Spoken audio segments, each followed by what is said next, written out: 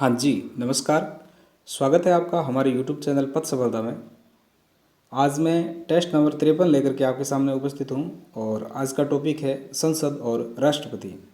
इस टॉपिक से संबंधित हम कुल 20 प्रश्नों को टेस्ट के माध्यम से अध्ययन करेंगे, तो इससे आप अपना स्वयं का मूल्यांकन कर सकते हैं और आपकी तैयारी बेहतर हो रही होगी, ऐसी मैं उम्मीद आशा रखता हूँ। इससे पहले अब तक 52 टेस्ट हो चुके हैं एसएसटी के रीड लेवल सेकंड के संदर्भ में। तो ऐसे ही नियमित जुड़े रहें चैनल के साथ और टेस्ट देते रहें। तो चलिए शुरू करते हैं आज के टेस्ट का पहला प्रश्न। आज के टेस्ट का पहला प्रश्न है, निम्न में से कौन सा कथन सर्वथा गलत है? इनमें से हमें सर्वथा एक कथन है वो गलत बताना है। तो इस प्रश्न का सही उत्तर क्या होगा, आप सोच करके जवाब दें। इस प्रश्न का सही उत्तर होगा विकल्प नंबर 2। विकल्प नंबर 2 है वो इस प्रश्न का सही उत्तर माना जाएगा। संविधान के अनुसार समस्त कार्यपालक शक्ति प्रधानमंत्री के हाथों में निहित होती है। नहीं, समस्त कार्यपालिका शक्ति प्रधानमंत्री के हाथों में निहित नहीं होती है। उसके अलावा जैसे सत्य कथन है, भारतीय राष्ट्रपति कार्यपालिका का नाम मात्र का प्रधान होता है और मंत्रिपरिषद का मुखिया प्रधानमंत्री होता है। संसदात्मक शासन व्यवस्था में राष्ट्रपति का स्थान इंग्लैंड के सम्राट के समान होता है। चलिए अगला प्रश्न है, राष्ट्रपति सामान्यतः किसे प्रधानमंत्री नियुक्त करता है? राष्ट्रपति सामान्यतः किसे प्रधानमंत्री नियुक्त करता है? तो इस प्रश्न का सही उत्तर क्या होगा, सोचें, सोच करके जवाब दें। तो इस प्रश्न का सही उत्तर होगा विकल्प नंबर 2। लोकसभा में बहुमत दल के नेता को राष्ट्रपति है वो प्रधानमंत्री के लिए नियुक्त करता है। चलिए अगला प्रश्न है,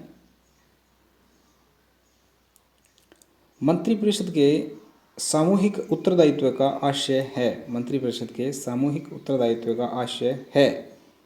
तो सामूहिक उत्तरदायित्व का क्या आशय है? इस प्रश्न का सही उत्तर होगा विकल्प नंबर 3। एक मंत्री के विरुद्ध लोकसभा में अविश्वास मत पारित हो जाने पर संपूर्ण मंत्रिपरिषद को इस्तीफा देना होता है। अगर एक मंत्री के विरुद्ध अगर लोकसभा में अविश्वास मत पारित हो जाता है तो संपूर्ण मंत्रिपरिषद है वो इस्तीफा देने पर मजबूर हो जाएगी, देगी। तो इस प्रश्न का सही उत्तर होगा विकल्प नंबर 3। चलिए अगला प्रश्न है, मंत्रिमंडल कैबिनेट में होते हैं। मंत्रिमंडल में कौन कौन होते हैं? कैबिनेट में कौन कौन होते हैं? तो इस प्रश्न का उत्तर होगा केवल कैबिनेट मंत्री।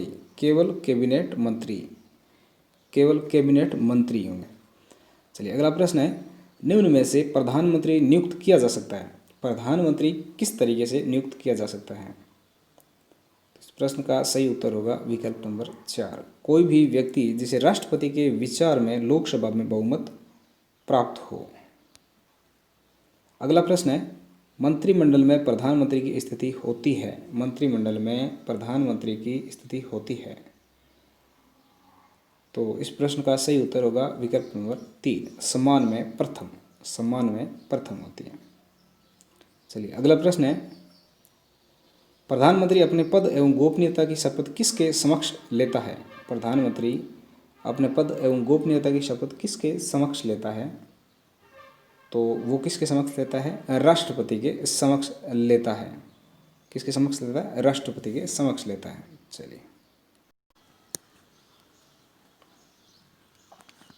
अगला प्रश्न है, संसद के दोनों सदनों का सत्रावसान कौन करता है? दोनों सदनों का सत्रावसान कौन करता है?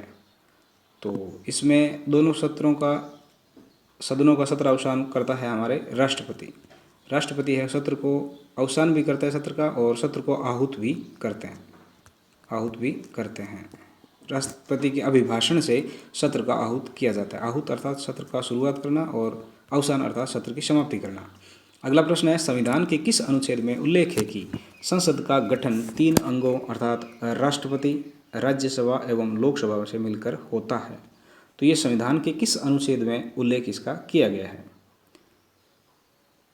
तो सोचें, सोच करके इस प्रश्न का जवाब दें। तो इस प्रश्न का सही उत्तर होगा विकल्प नंबर 2, अनुच्छेद 79।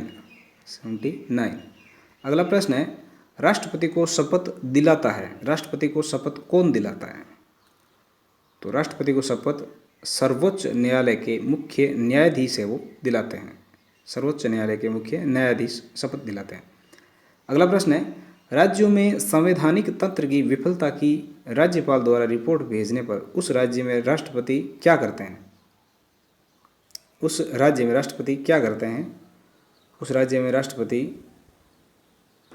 क्या करते हैं? तो इस प्रश्न का सही उत्तर होगा विकल्प नंबर 2, राष्ट्रपति शासन अनुच्छेद 356 के है वो लग जाएगी, धारा 356 लग जाएगी उस राज्य में, जिसे राष्ट्रपति शासन कहते हैं। अगला प्रश्न है, अनुच्छेद 356 के तहत इमरजेंसी लगाई जाती है। अनुच्छेद 356 के तहत इमरजेंसी लगाई जाती है, किसकी इच्छा के अनुसार लगाई जाती है?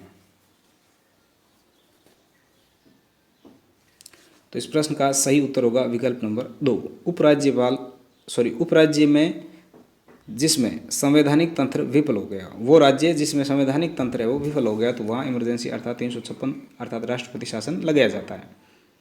कोई व्यक्ति भारत का राष्ट्रपति है, कोई व्यक्ति भारत का राष्ट्रपति किस कंडीशन में है या कब किस परिस्थितियों में बन सकता है, तो वो कितनी ही बार पुनर्निर्वाचित हो सकता है। एक बार नहीं, कई बार भी राष्ट्रपति है वो कोई एक ही व्यक्ति बन सकता है।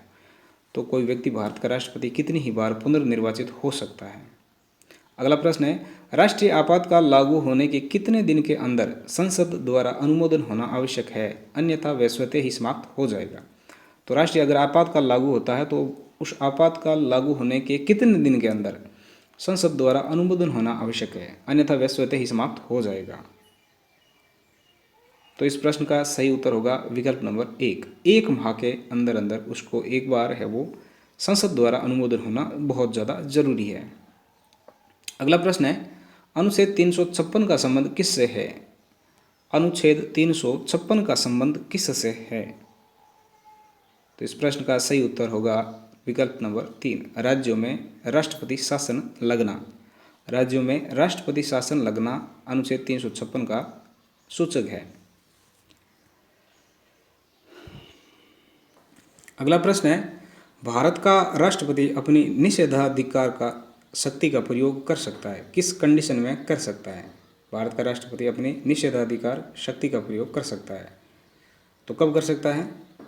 केवल साधारण विधायकों के लिए, केवल साधारण विधायकों के लिए, केवल साधारण विधायकों के लिए।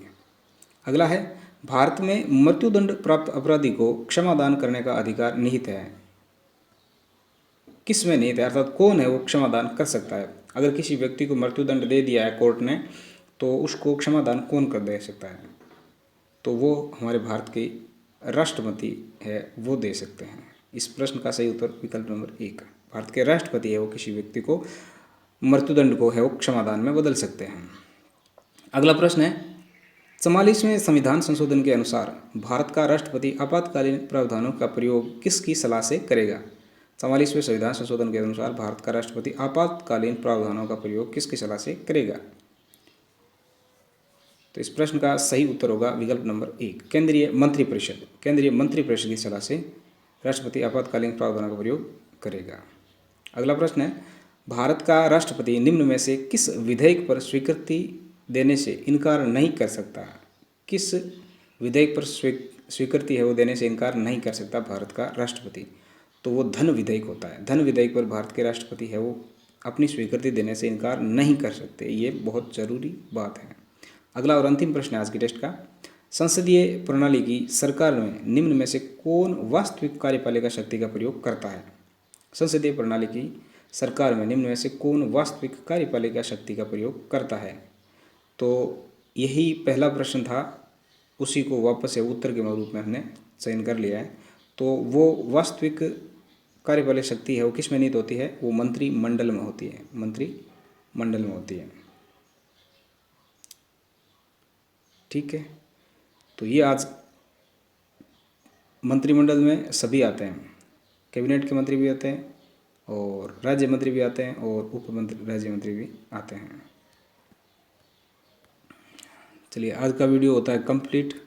इस टेस्ट को अधिक से अधिक शेयर करें, लाइक करें और अपनी अमूल्य उचित राय हमें कमेंट बॉक्स में ज़रूर भेजें। मिलते हैं अगले वीडियो में, तब तक के लिए नमस्कार, जय हिंद।